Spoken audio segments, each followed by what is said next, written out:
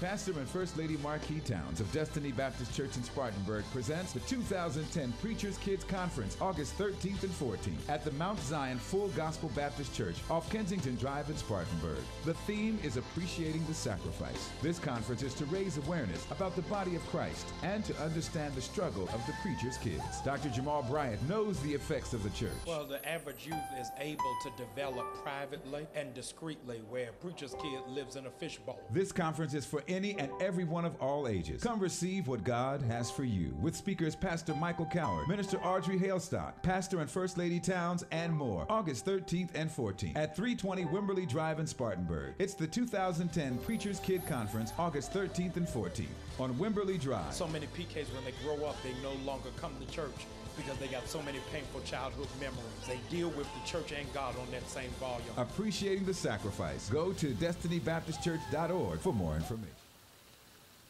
Hello, this is Pastor Marquis Towns, pastor of Destiny Baptist Church in Spartanburg, South Carolina.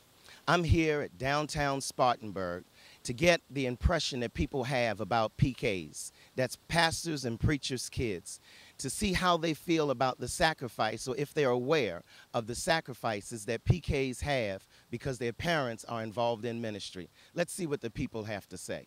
How would you explain the difference between the life of a PK compared to the life of an average youth in the church? You're looked at different. One guy told me, he said, "Oh, well, I can't hold your hand or give you a little kiss or anything when we were first starting to date because you're different. You're a preacher's daughter. And I said, well, I don't have a disease, but somehow that's the mentality. Probably they are looked at differently. I think there's more expected out of them. I don't know that I would say they're treated differently. I think every church, it depends on the leader. They definitely get looked at a lot more from the peers. I know as a youth pastor, my kids would get looked at from other people, and people would put a spotlight on them.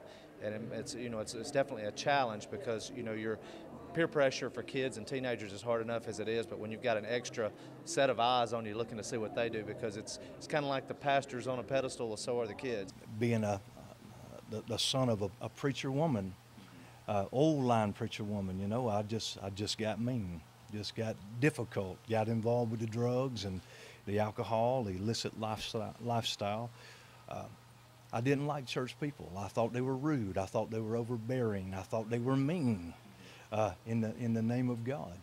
And so I said, if that's God, I don't want it. First of all, I think that preachers' kids are special in the fact that they were born of a union of a man and a woman who've dedicated their lives to carrying out the mission of God.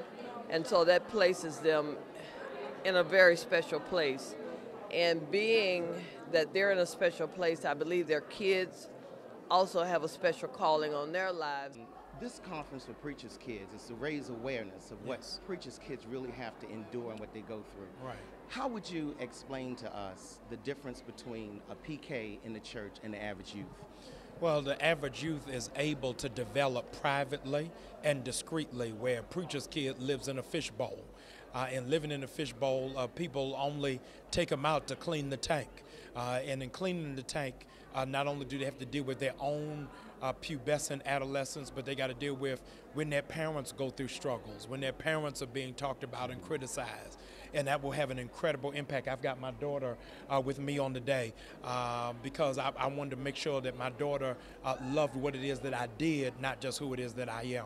So many PKs, when they grow up, they no longer come to church because they got so many painful childhood memories. So they deal with the church and God on that same volume. But if you're able to separate the two, they're able to flourish and develop. Right. As far as the experiences of a PK, yes, what would a PK experience that an average youth in the church would not experience? Well, they got access to meet so many great people. They get to see stuff behind the scenes, exposed to ministry, what it takes to do ministry and professionalism. They also know the gift of servitude, what it means to give back to other people. And they also understand leadership principles that they may not get in a regular household. We appreciate that. We didn't want to take it. This is the daughter of Dr. Bryant. Yes. And we want to talk to you about being a PK. Okay. What is your experience of being a PK that might be a little different for the average youth in the church? You have to present yourself different from when other, like people from the church. You have to influence your friends, and you have to act raised right in front of your parents so they won't look bad. Appreciate that. How did you enjoy being with your dad today? Awesome. Was it good? Yeah. We're glad to have you all.